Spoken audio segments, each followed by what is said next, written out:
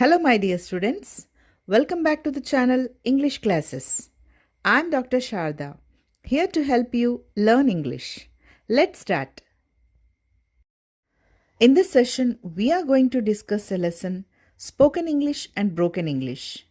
This is prose Unit-13 from our intermediate first year English. When we learn a foreign language, many of us think we should learn to speak and write it the way its native speakers do. For example, when we learn English, we feel our aim should be able to speak and write it like Englishmen, Americans, or Australians. But do all native speakers of English speak the same way? For the matter, taking our own languages, do all Telugu speakers speak Telugu the same way? And does each one of us speak our own language the same way at all the times, in all situations? Let's read the lesson to get answers for these questions. Now let's know about the author of the lesson. George Bernard Shaw was a great Irish playwright. He was also a powerful public speaker, essayist, and critic. He campaigned for many causes, including the simplification of the English alphabet and spelling. His ideas are original and thought-provoking. His prominent plays include Widowers' Houses, Arms and the Man, Man and Superman, Saint John, and Pygmalion. The play Pygmalion was also made into a film, My Fair Lady. The play is about training a flower girl to speak English properly. In all his writings, Shaw showed an unconventional turn of mind and a distrust of accepted institutions. His writings are marked by wit and humor.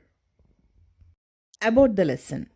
This is an extract from Spoken English and Broken English, which was in fact a speech recorded in 1927 by George Bernard Shaw for the Linguaphone Institute.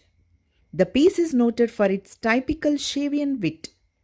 It discusses at length with apt examples how English is spoken in different ways by different native speakers and also by the same speaker in different contexts. The essay ends with some practical suggestions to foreign users of English. The style is simple but marked with rhetoric. Let's see the meanings of the words used in the lesson. Provincial, of areas not part of the capital. Cockney, a native of East London, a dialect typical of this area. Dialect, form of speech peculiar to a peculiar region. Utterances to, acts of saying, things spoken. Poet laureate, in the UK, a poet appointed to write poems for state occasions. Accustomed to, used to, or inhabit of. Rehearsals, trial performances of a play. Intelligible, easily understood. Gramophonist, persons listening to a gramophone record. Syllable, a unit of pronunciation uttered without stop. Mumble, speak or utter indistinctly. Distinctly, clearly, elaborate, detailed. Terminus, the end of the railway or bus route. Let's see the summary of the lesson. In the speech, Shaw reflects on the problem of defining what exactly correct English speech is. There are wide variations in intonation and pronunciation, even among native speakers of the language. The essay gives some practical advice to foreign users of English. The style is simple, but it sparkles with rhetoric. The ideas are original and thought-provoking. Shaw's writings are marked by wit, humor, and lucid style.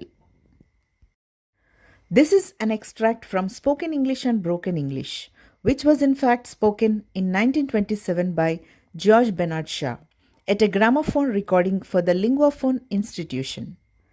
There are many people who have a desire to speak correct English. Some are foreign students who come on a visit to the British Commonwealth or America. Others may be native English speakers who want to make their speech more refined. However, Shaw cautions there is no fixed criterion for perfect spoken English. The reason is that no two Britishers speak English exactly alike. So it is impossible to identify the ideally correct English. There are wide variations in intonation and pronunciation among native speakers of the language. Giving a small example, he says that he is a member of a committee whose task is to identify correct spoken English, which can be held up as a model. But even the simplest of words like yes and no are pronounced differently by the members themselves. There are Scottish, Irish, Welsh, and American members, each speaking in a distinct style. It is foolish to say that all native speakers of English speak correctly, as there is no fixed criteria for standard English. Shaw advises foreigners on how to communicate in English while traveling in English speaking countries. Shaw now gives to foreign students another warning of quite a different kind. If they are learning English because they intend to travel in England and wish to be understood there, they must not try to speak English properly, because if they do, no one will understand them. No foreigner can ever stress the syllables and make the voice rise and fall in question and answer. Therefore, the first thing a foreigner has to do is to speak with a strong foreign stress and speak broken English, that is, English without grammar. Shaw says that as a public speaker, he has to take care that every word he says is understood by his listeners. But at home, when he speaks to his wife, he takes very little pains with such speech. He shows that in familiar surroundings and in one's exchanges with close friends or relatives, one is quite careless, both in one's articulation and in framing full bodied grammatical sentences. This is because they are confident of being understood in these circumstances without seeming rude or uncivilized. In the public sphere, however, there is no such assurance. So, we are much careful with our speech while speaking with strangers. So, this was a lesson about spoken English and broken English by Bernard Shaw. Hope you understood it. Thank you for watching this. Keep learning.